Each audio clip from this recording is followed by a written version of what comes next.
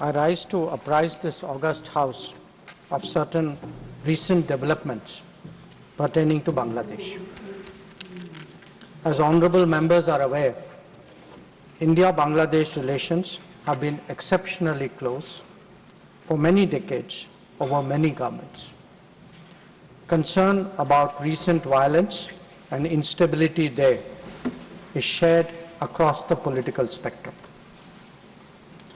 Since the election in January 2024, there has been considerable tension, deep divides, and growing polarization in Bangladesh politics.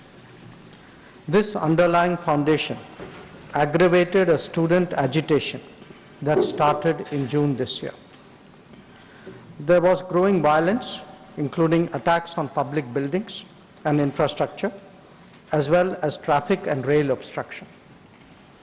The violence continued through the month of July. Throughout this period, we repeatedly counseled restraint and urged that the situation be diffused through dialogue. Similar urgings were made to various political forces with whom we were in touch.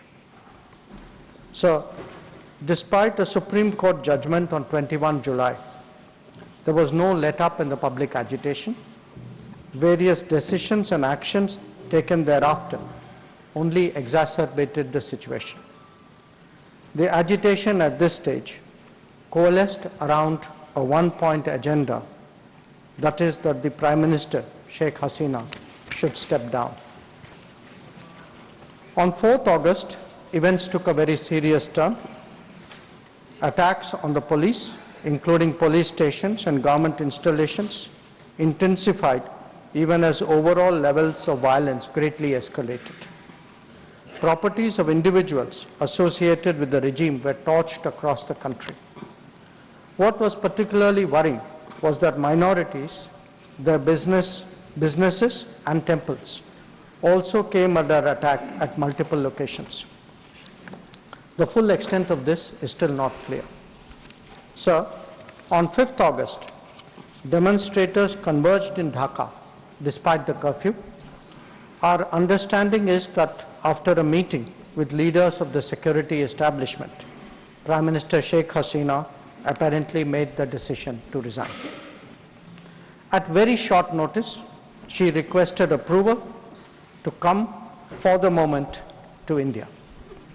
We simultaneously received a request for flight clearance from Bangladesh authorities. She arrived yesterday evening in Delhi. The situation in Bangladesh, sir, is still evolving. The Army Chief, General Waqar-uz-Zaman, addressed the nation on 5th August. He spoke about assuming responsibility and constituting an interim government. We are in close and continuous touch with the Indian community in Bangladesh through our diplomatic missions. There are an estimated 19,000 Indian nationals there, of which about 9,000 are students.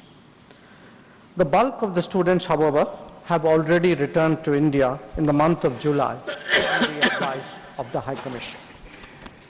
In terms of our diplomatic presence, in addition to the High Commission in Dhaka, we have assistant High Commissions in Chittagong, Rajshahi, Khulna and Sylhet. It is our expectation that the host government will provide the required security protection for these establishments. We look forward to their normal functioning once the situation stabilizes. Chairman, sir, we are also monitoring the situation with regard to the status of minorities. There are reports of initiatives by various groups and organizations to ensure their protection and well-being. We welcome that, but will naturally remain deeply concerned till law and order is visibly restored. Our border guarding forces have also been instructed to be exceptionally alert in view of this complex situation. In the last 24 hours, we have also been in regular touch with the authorities in Dhaka. This is the situation as of now.